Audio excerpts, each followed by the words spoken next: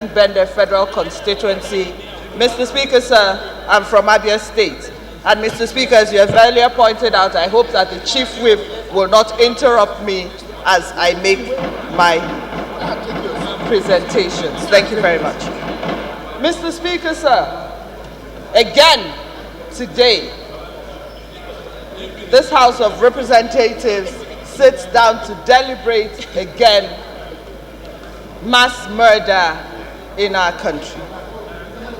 Mr. Speaker, the Northeast is besieged by terrorism and killings in the Northeast.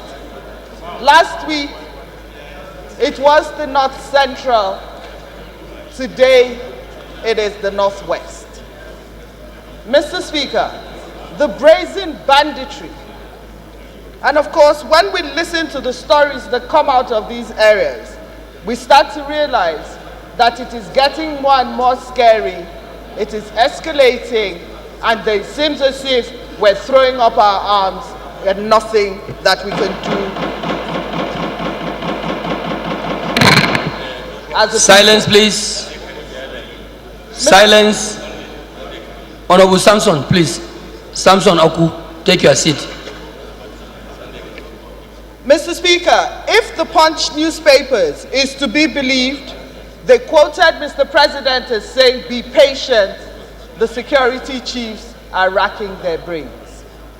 Now, Mr. Speaker, sir, my concern is that week in, week out, we come here, 79 motions as stated by Honorable Dasuki, and yet, Mr. Speaker, sir, there seems to be no hope in sight. The bandits are getting more brazen. They're informing us, non-state actors are informing the country that they're on their way, and the country sits by and watches them carry out their evil exploits. There's nothing preemptive, and there's no answers after they've done what they do. Boko Haram held our country siege for 9 years. Yesterday, someone made the comparison that the civil war lasted 3 years. Boko Haram has lasted 9 years. It has moved from the Northeast, even though the Northeast, and they say that they're technically defeated.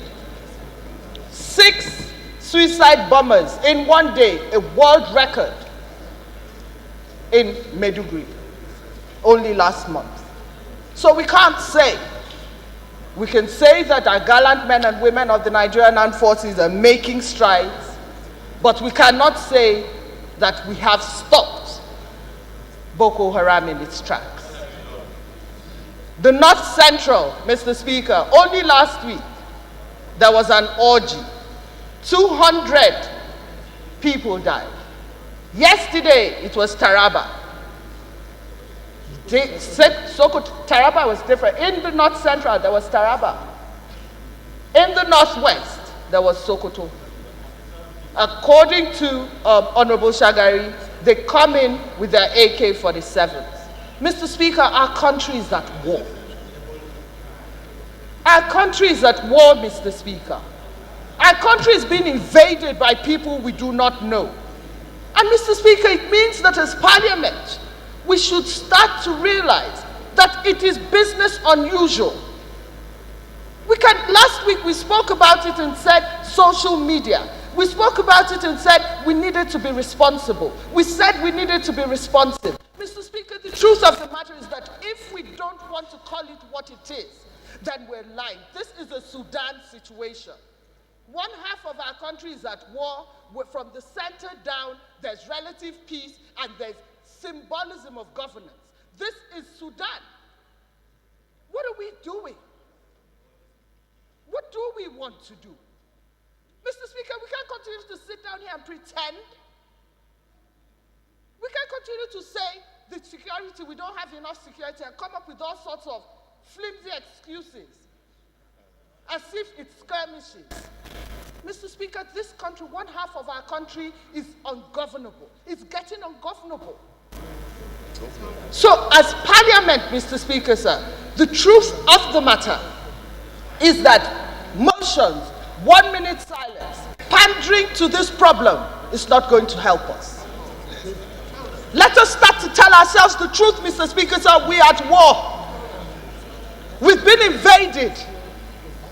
And we must, as a country, come to the realization, Mr. Speaker, I would like to give you the charge that you go back to Mr. President and tell him that we believe we're at war. That we must start to engage what governments do when they're at war. And whatever it is, Mr. Speaker, sir, I respectfully urge that you will come back to us with something that gives me more succor than be patient.